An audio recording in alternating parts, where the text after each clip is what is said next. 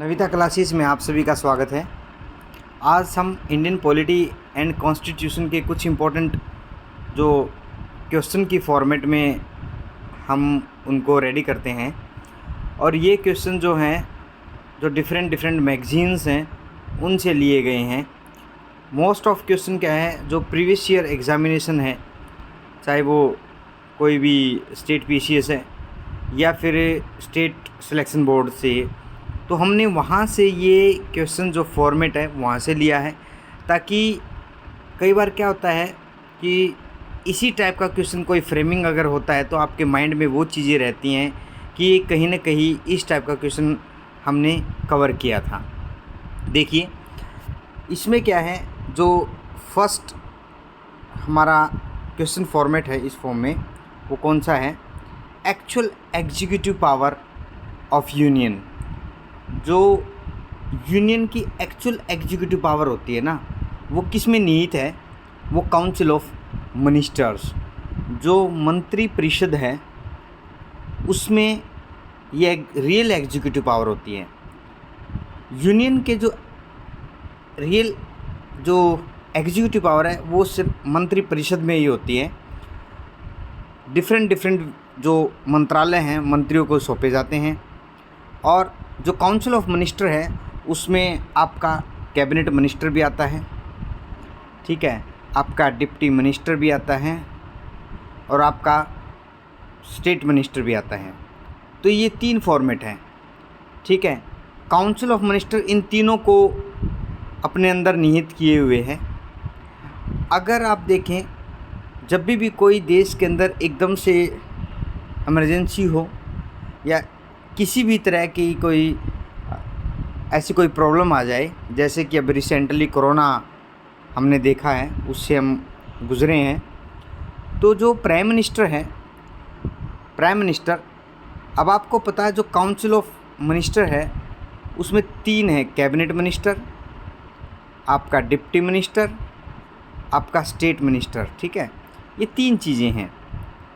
तो prime minister क्या है, इनमें से इन तीनों में से कैबिनेट मिनिस्टर को इजी से कॉल कर सकता है, क्योंकि उनकी संख्या कम होती है in compare to deputy minister और स्टेट मिनिस्टर।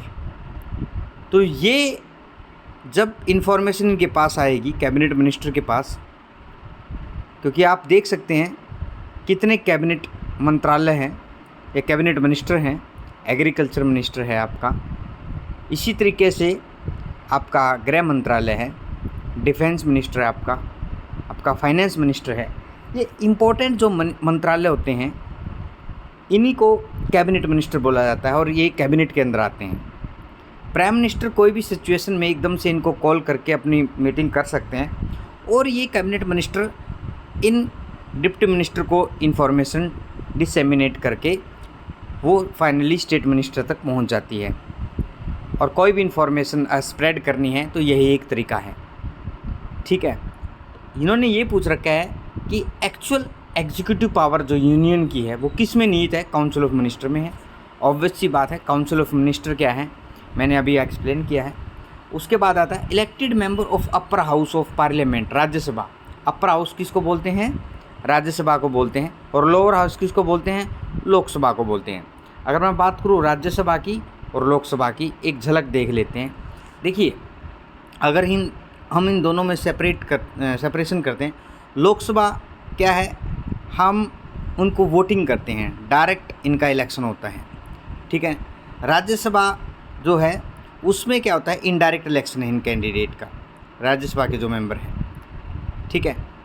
अब कभी भी हम राज्यसभा के मेंबर की वोटिंग करने नहीं जाते, बिंगे कहें अगर वोटर हैं, लेकिन डायरेक्ट हम लोकसभा में वोटिंग करते भी। लोकसभा के इलेक्शन आने वाले हैं 2024 के लिए, और राज्यसभा को क्या है, अपर हाउस बोला गया है, ठीक है, क्योंकि अब उसके बाद आता है और क्या है, राज्यसभा को हाउस ऑफ एल्डर, क्योंकि इसमें वो लोग होते हैं जो लाइफ में एक्सपीरियंस्ड लोग होते हैं, और जो डायरेक्ट इलेक्शन नहीं लड़ते वो इनडायरेक्टली क्या होता है, इलेक्ट कर लिए जाते हैं, चाहे वो उनकी एक्सपर्टाइज जो है साइंस में है, फिर आपकी लिटरेचर में है, कल्चर में है, किसी भी तरीके से ये जो पर्सनालिटी होती है इनको इलेक्ट कर लिया जाता है। जैसे हरभजन सिंह आपने सुना होगा, सचिन तेंदुलकर आपने सुना होगा, ठीक है। इसी तरीके से जो फेमस पर्सनालिटी हैं उनको राज्यसभा में भेज दिया जाता है।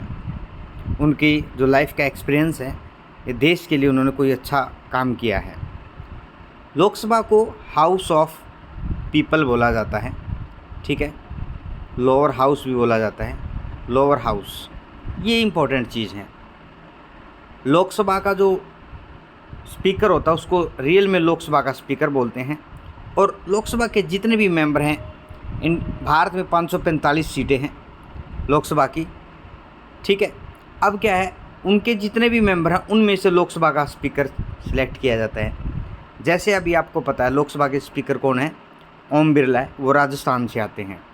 लेकिन राज्यसभा क्या है, इनडायरेक्ट इलेक्शन होता है, हमारा कोई योगदान नहीं होता, लेकिन हमारे जो प्रतिनिधि हैं वो राज्यसभा के मेंबर को इलेक्ट करते हैं, ठीक है।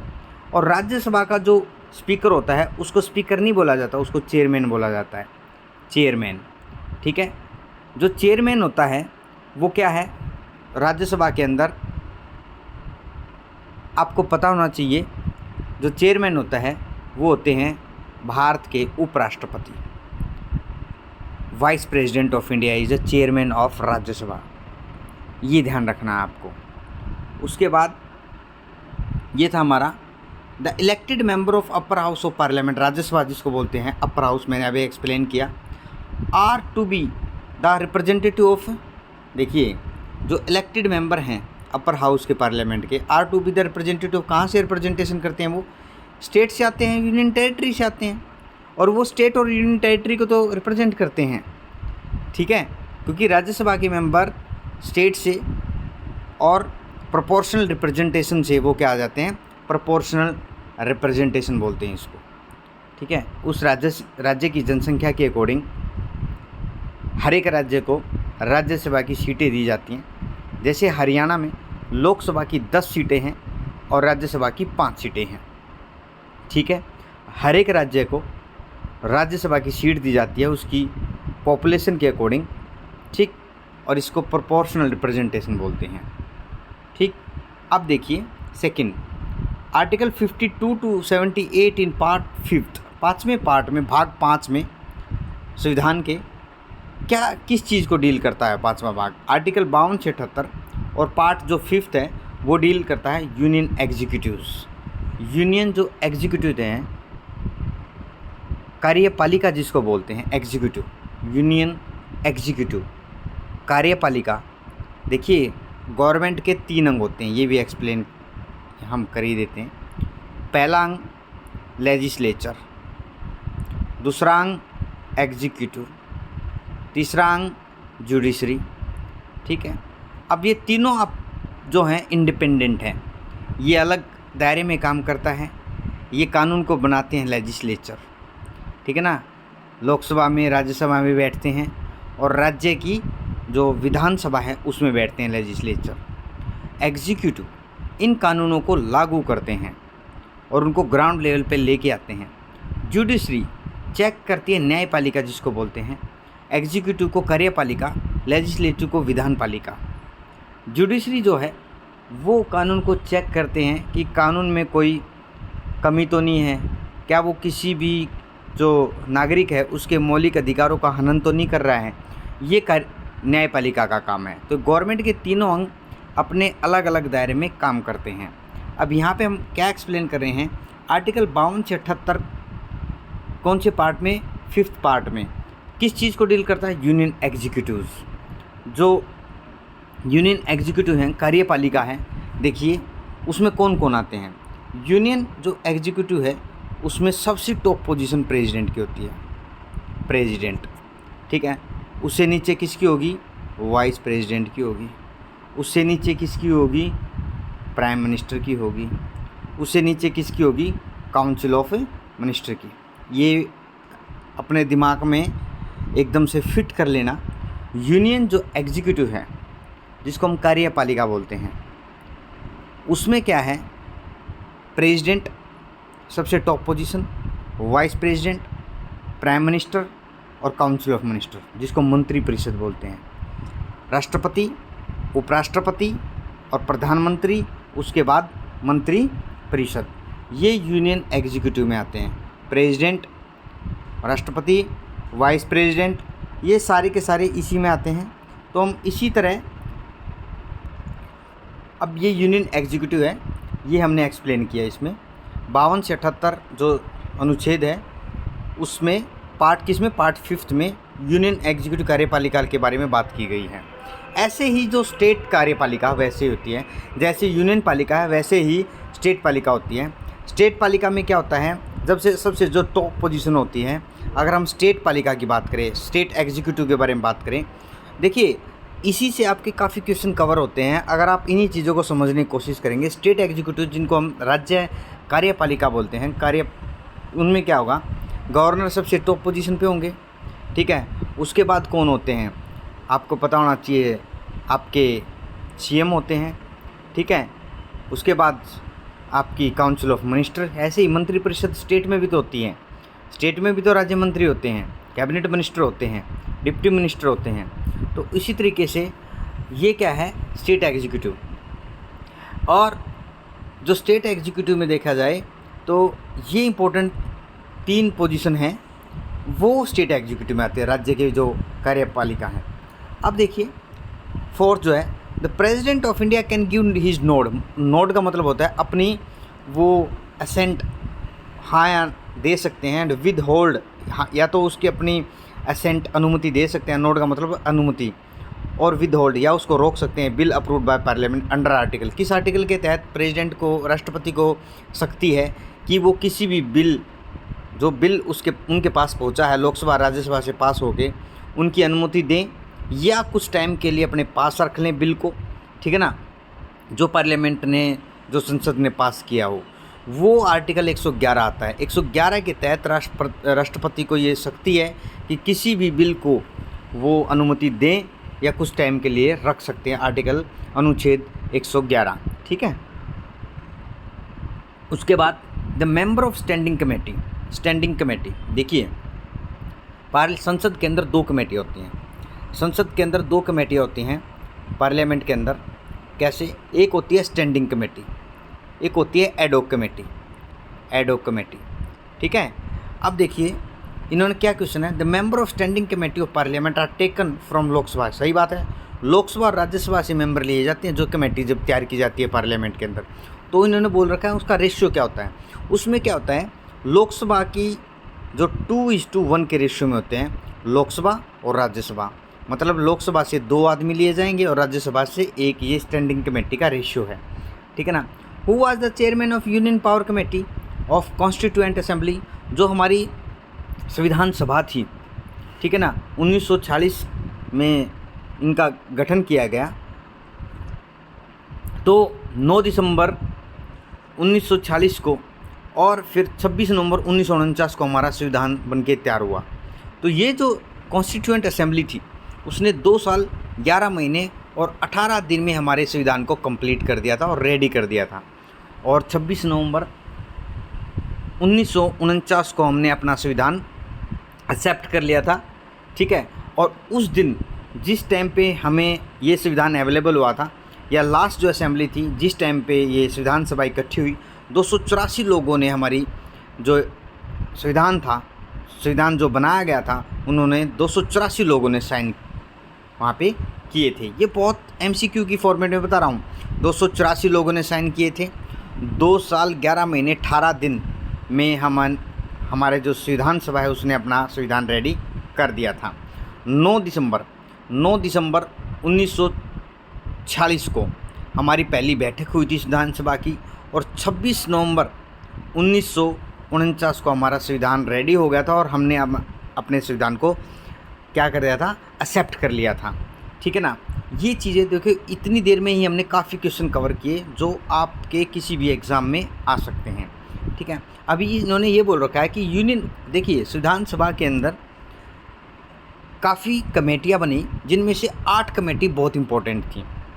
मैं एक कमेटी के बारे में बात करता हूँ, ड्राफ्टिंग कमेटी, जिसको हिंदी में मसौदा कमेटी बोलते हैं, ठीक है ना।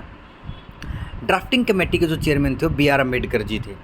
उसके बाद इसी तरीके से यूनियन पावर जो कमेटी थी यूनियन पावर कमेटी, उनके जो चेयरमैन थे वो जवाहरलाल नेहरू थे। जवाहरलाल नेहरू जी जो थे वो संविधान सभा की काफ़ी कमेटियों के चेयरमैन थे, जैसे मैं याद करता हूँ यूपीएससी, ठीक है ना, ऐसे union power committee, state committee, और सी से आप बताएंगे मुझे कौन सी कमेटी होगी, ठीक है। ये मैंने आपको एक निमोनिक की फॉर्म में दिया, यूपीएससी। आजकल बच्चों की ज़ुबान पे ये यूपीएससी 10th क्लास से ही आ जाता है, यूपीएससी। तो जवाहरलाल नेहरू जी थे, यूपीएससी के चेयरमैन थे। यूपीएससी का मतलब union power committee, state committee, और सी से आप मुझे कमेंट में बताएंगे कि क्या मीनिंग है इसका, ठीक है। उसके बाद इसमें क्या है, यही था। यूनियन पावर कमेटी के कौन मेंबर थे? पंडित जवाहरलाल नेहरू जी। पंडित जवाहरलाल नेहरू जी ने इन कमेटियों में चेयरमैनशिप की थी। उसके बाद आता है the report laid before parliament. Parliament में अपनी रिपोर्ट रखने से पहले by the CAG is examined by the CAG की जो रिपोर्ट होती है, देखिए कैग है ना, ऑडिट करता है किसी भी जो गवर्नमेंट के द्वारा या गवर्नमेंट डिपार्टमेंट के द्वारा या गवर्नमेंट के द्वारा बनाई गई कंपनियां हैं, पब्लिक अंडरटेकिंग जो कंपनी होती हैं, उनके में जो खर्च किया गया पैसा है उनका कैग क्या करता है। कैग की फुल फॉर्म क्या होती है? Controller and auditor general of India. जो कैग है वो ऑडिट करता है जो खर्चा किया गया है। अब उसके द्वारा जो कैग के द्वारा जो रिपोर्ट को एग्जामिन किया जाए, अब कैग ने कर दिया, ठीक है ना। अब उसके बाद उस रिपोर्ट को पब्लिक अकाउंट कमेटी चेक करती है और फिर वो क्या होती है? पार्लियामेंट में जाती है, ठीक है ना, ये ध्यान रखना है।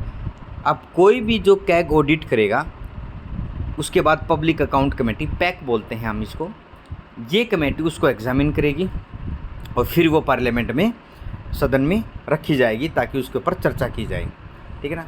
Fundamental duty are included in Indian constitution of on the recommendation of.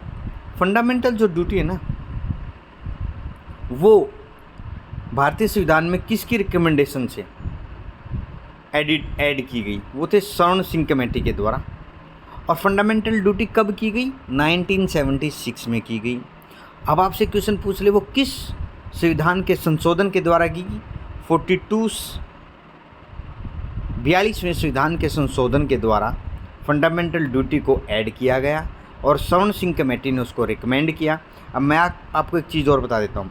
स्वर्ण सिंह कमेटी ने जो फंडामेंटल ड्यूटी की रिकमेंडेशन दी थी वो 8 फंडामेंटल ड्यूटी की रिकमेंडेशन थी, ठीक है ना। और अब देखो आप फंडामेंटल ड्यूटी कितनी है, ये भी आज का आपका क्वेश्चन है।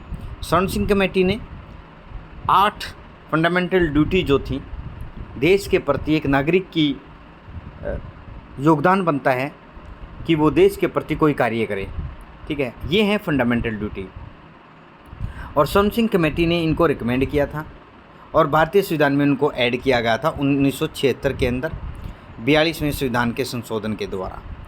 8 ड्यूटी थी, लेकिन आज कितनी ड्यूटी है, आज का क्वेश्चन ये है आपका, ठीक है ना। उसके बाद विच part of Indian constitution deal with official language, ये बहुत इंपॉर्टेंट क्वेश्चन है। ऑफिशियल लैंग्वेज जो है भारतीय संविधान में वो कौन से पार्ट में दिया गया है? वो है पार्ट 17।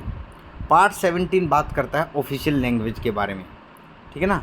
उसके बाद विच part of Indian constitution, part का मतलब भाग 17 बात करता है ऑफिशियल लैंग्वेज के बारे में। Which part of Indian constitution is also refer to the instrument of instruction. Bharat के संविधान का कौन सा ऐसा भाग है जो